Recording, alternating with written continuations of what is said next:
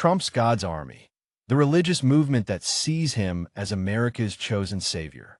Donald Trump's political rise has been deeply intertwined with evangelical Christianity, transforming his presidency into more than just a political project.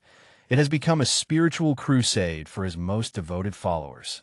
The new Apostolic Reformation has moved into the mainstream, redefining the role of faith in American politics and cementing Trump as their divinely chosen leader. As these groups push for a nation governed by biblical principles, their influence raises urgent questions about the future of democracy, secular governance, and the balance of power in the United States. Trump was quick to repay his debts to the religious conservatives in his circle. After taking office, he issued several executive orders on February 7, 2025, aimed at combating what he called anti-Christian bias in federal agencies, including the FBI. His executive actions also included pardons for several convicted religious activists, The Guardian reported. Among them was Paulette Harlow, an anti-abortion activist charged with obstructing access to an abortion clinic. The Trump administration framed her case as the persecution of believers. Critics argue that Trump is not promoting religious freedom, but rather attempting to elevate evangelical Christians above other faiths.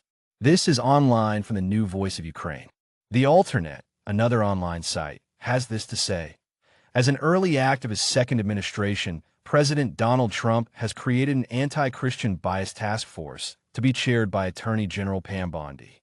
At the same time, he's slashing federal jobs and programs, threatening Medicaid, Head Start, the Department of Education, affordable housing programs, accommodations for the disabled, environmental protections, public health and safety, Social Security, and Medicare, while scapegoating immigrants and trans kids.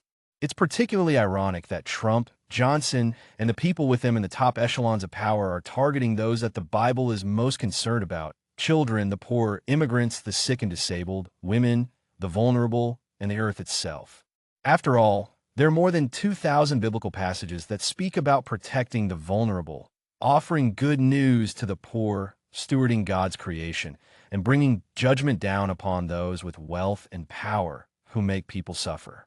Starting a little over 200 years after the birth of Jesus, the Roman government, which controlled most of Europe and much of England, made Christianity the state religion.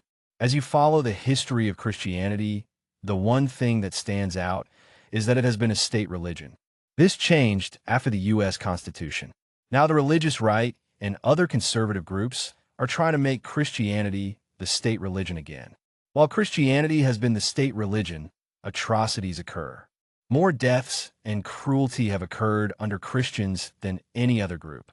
I just completed the book, The Atrocities Committed in the Name of God, available in print or digital.